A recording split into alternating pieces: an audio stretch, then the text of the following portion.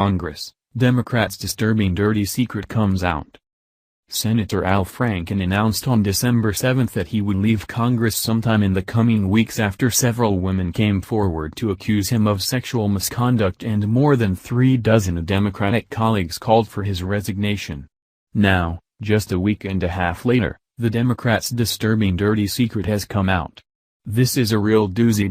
After 8 women came forward to accuse Senator Franken of sexual misconduct, the former comedian was basically forced by members of his own party to resign from office before he was even given a chance to defend himself or participate in an ethics investigation.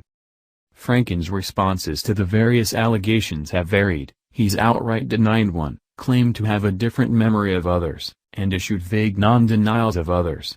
And he had initially hoped to hold on to his seat as a Senate Ethics Committee investigation into the allegations proceeded.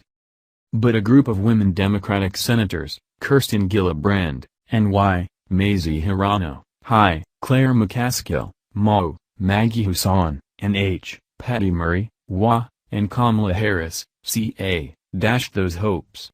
The 6 came forward to call for Franken's resignation Wednesday morning, within a matter of minutes of one another.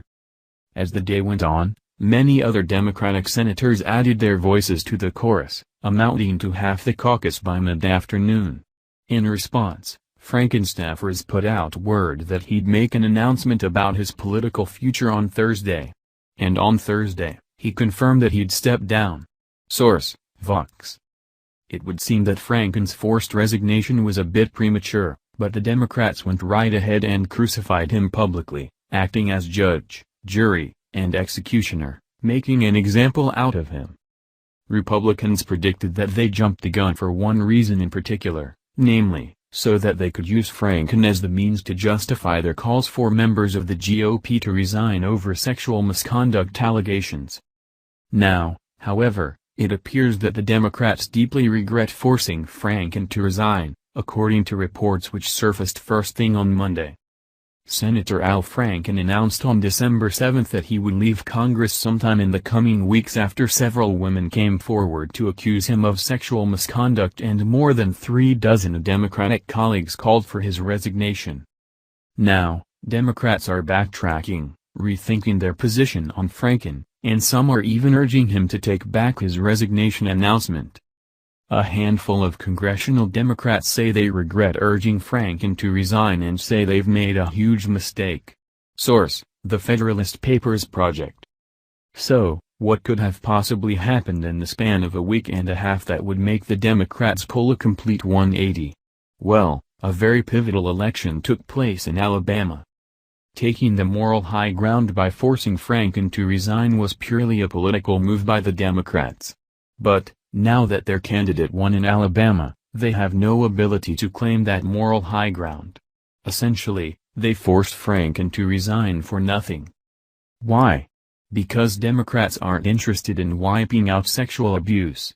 They were interested in the political hate to be made by pretending to care about doing so. With Roy Moore out, that possibility is minimized.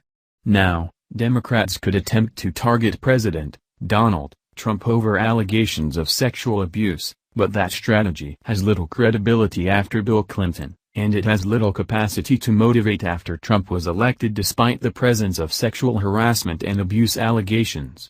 Democrats know that's going nowhere, so why bother using it as an attack line against Trump?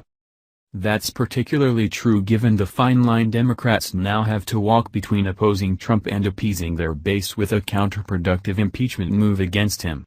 If Democrats continue with the line that alleged sexual abusers must go, they'll be duty-bound to impeach him come 2018 if they take the House, and top Democrats know that such a strategy will backfire politically.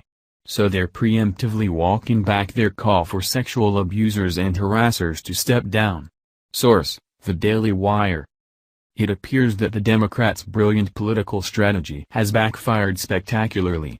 They've ousted one of their top players, and for what? Now, anytime anyone accuses a Democrat of sexual misconduct, it will be grounds to demand their resignation, whether or not the claims are proven to be true.